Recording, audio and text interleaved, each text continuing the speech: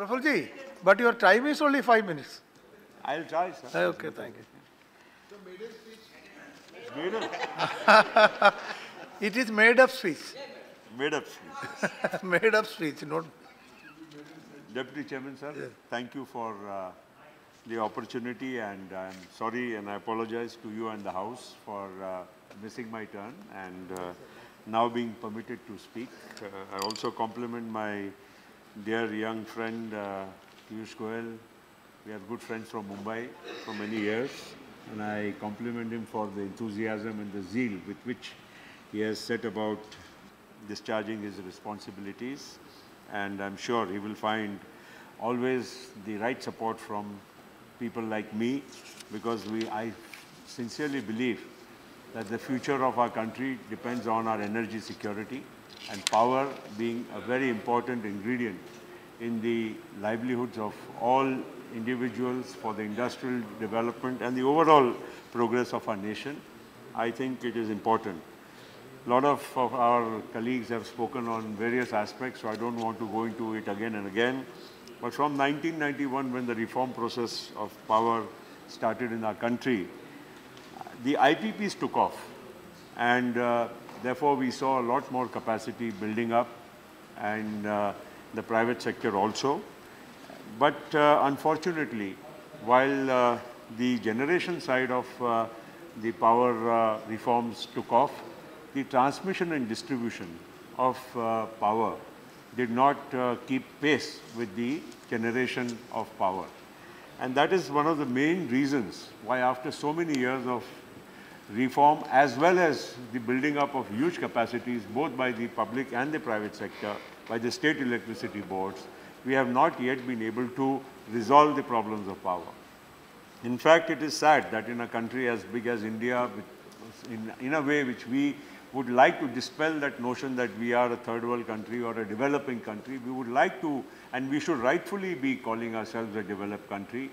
Power is something which is very, very core to what we would like to see as progress in our country. The power scenario cannot be just sorted out by my friend Piyush Goyal sitting in Delhi. I think it requires a strong partnership between the center and the states. And it is important because power, while a lot of it is, the central government and through its PSU does produce power, but ultimately power is primarily produced by the states or by the IPPs. And the core of power, I think, if you really want to see, because we have a lot of power being generated in pockets, but the equitable distribution of power, the pan-India distribution of power, the concept for which the Power Grid Corporation was set up, the concept with which we want to see that power moves freely from maybe Kashmir to Kanyakumari, from Imphal to Bhuj, I think all that has to be achieved through a proper transmission grid.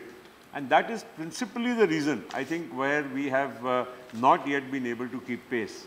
Many a times we see power failure in some parts of the country, tripping of power.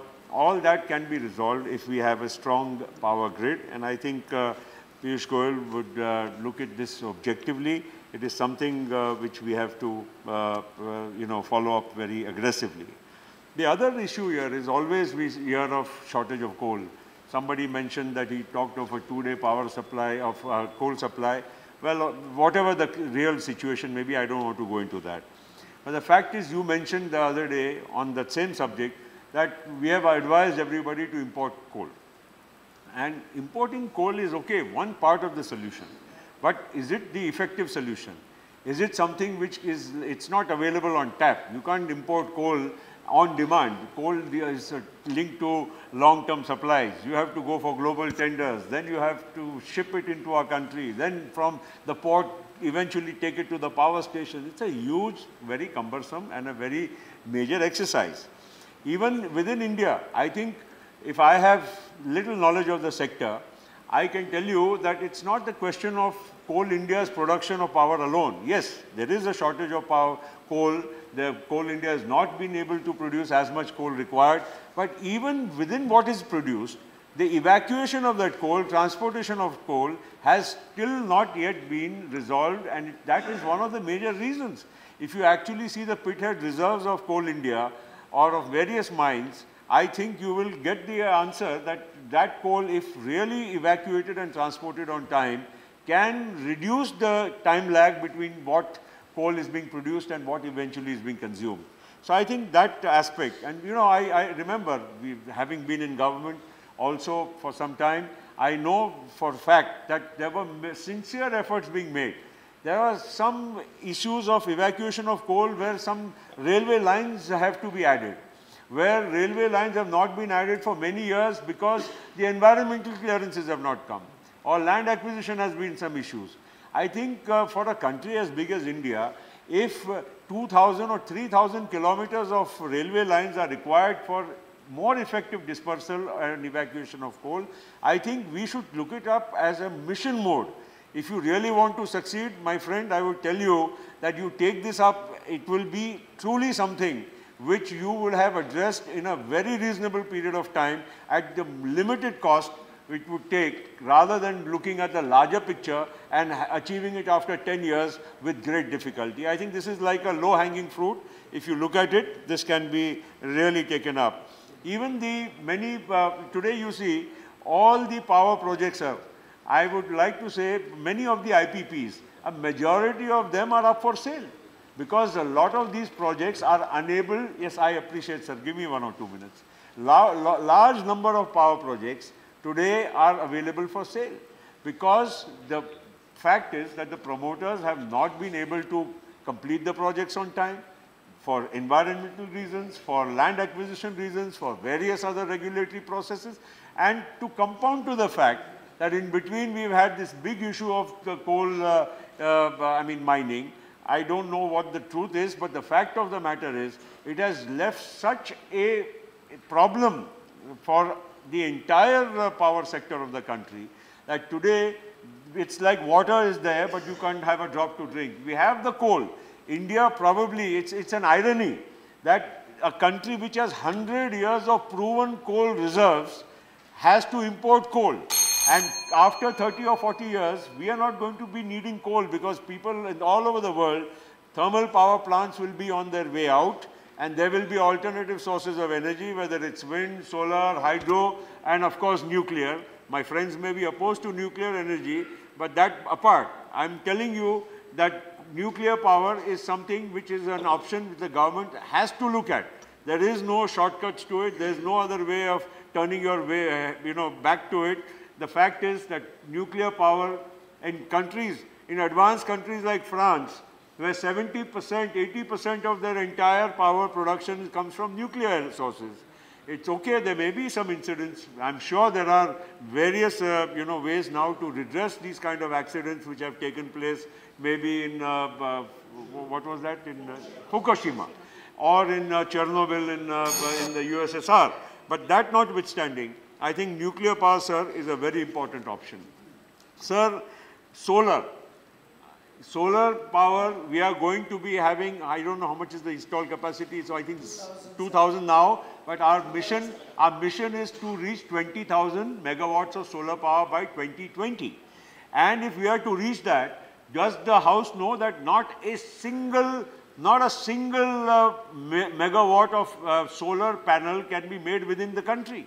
Today, every solar panel is assembled only in India. The raw material, the chip is imported, bulk of it from China and from Germany, very little quantity. If that is the situation, we must look at setting up integrated solar manufacturing PV cell units within the country. We had started this exercise with BHEL. You may continue with BHEL. You may continue to incentivize even the private sector. I am not into that issue. The issue is that a country which is aspiring to now conclude. Sir, I think I'm making little sense, sir. I know. I think I'm trying to make little sense. No. That I can't. No. I'll conclude, sir. That is correct. No, they are useful for Sir, I am agree. only helping But the I have to government manage to also. solve the power problem of our country. Yes, sir. yes. We have blackout even in Parliament sometimes, yeah. sir. While we speak, the lights go off. I have solar light in my house, you must know. I know. Eh? So, but I am Yeah, I saying have. that the solar light in your I have- house is not made in India. That is the point I am making. There should be research. I am not making. I am sure coming yeah, from Kerala, that sir, is you no. would like to make it in India. Yeah, please. So, sir, So now you conclude.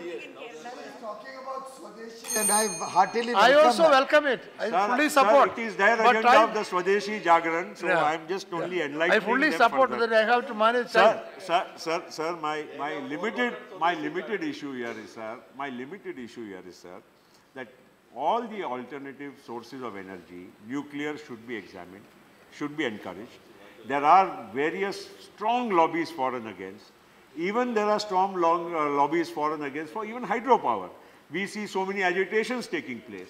But a country which is on the foothills of the Himalayas, right from Arunachal Pradesh till Kashmir, should not be so obsessed that hydropower cannot be produced in the country. There are projects which have come up. There will be more projects required in the future.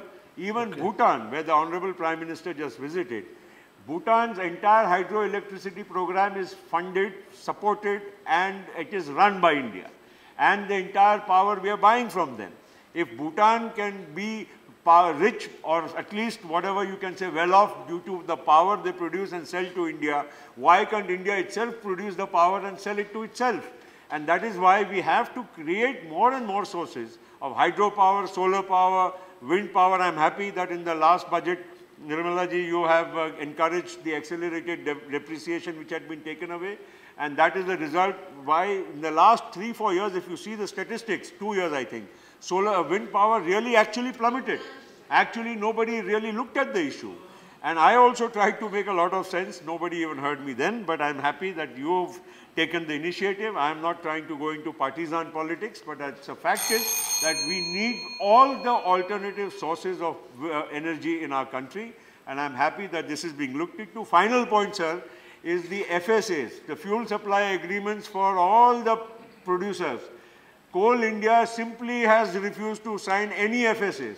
Without a fuel supply agreement, all the power producers have gone and signed the PPAs with the state electricity boards. Those PPAs become unbankable in the absence of an FSA being signed between Coal India and these IPPs. So I'm sure the minister is seized of these issues. These are legacy issues, but I'm sure with his zeal and enthusiasm, he will be able to sort them out. And thank you, sir, once again for allowing me, though lengthy, but I hope I have made sense. Thank you, sir.